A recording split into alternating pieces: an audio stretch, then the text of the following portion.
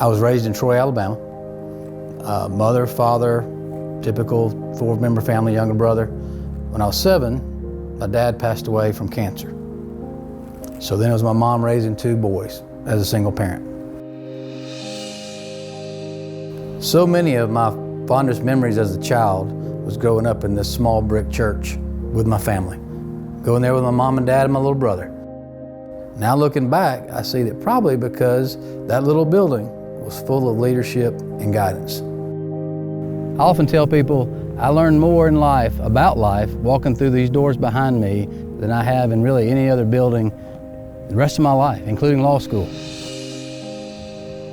As a kid growing up, my passion was playing sports, whether it was baseball, football, whatever it was. I can remember being on the Little League field, looking back in the stands and seeing my mom out there watching me play.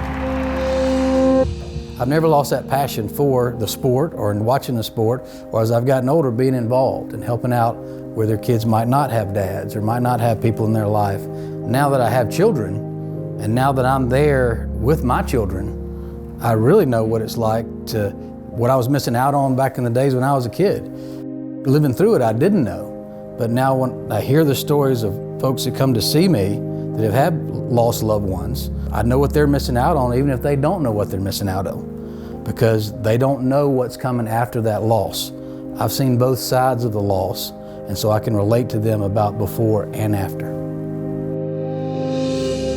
So I went to the University of Alabama, got out of university, and then worked for about 10 years, and then decided to go to law school. I was in the millwork industry. Typically people in the millwork industry are blue-collar folks, and they'd ask me questions. Well, I realized real quick there were a lot of things that I could tell them, but I couldn't help them with any of their problems. And I realized that where I was going was never going to afford me the ability to help people. So I decided to go back to law school after work hours so I continued to provide for my family. So I went to a night school. That's how I went to law school, and that's how I became a lawyer, to ultimately help some of these same people that I had met and dealt with for over the years working. I get asked all the time, why did I become a lawyer? The easy answer is, it's all about the fight. The civil rights movement has been the largest fight in this country's history, and Montgomery, Alabama has been the forefront of that fight from the very beginning. It's also my hometown. I have that same passion to fight for people who can't fight for themselves. If you're looking for someone to tell your story, first make sure they listen to your story.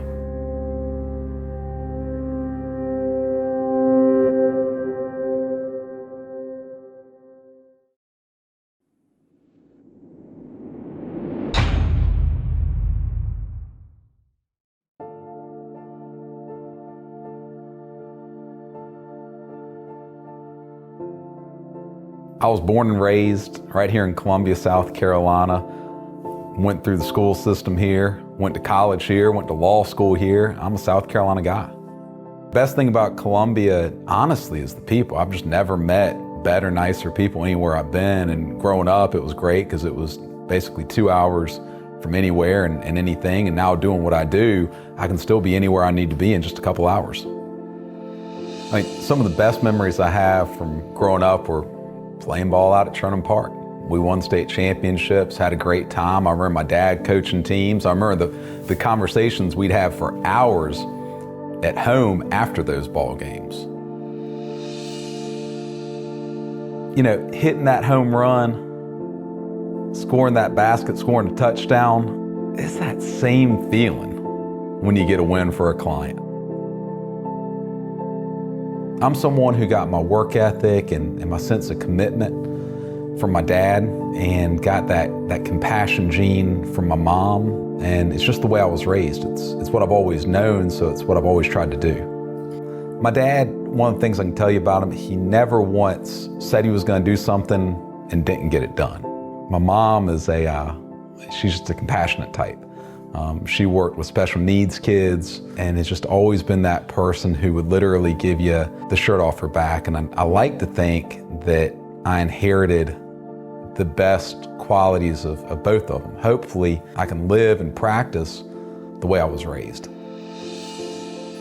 10 plus years practicing law, you learn a lot of things. The most important thing I learned is how to tell my client's story.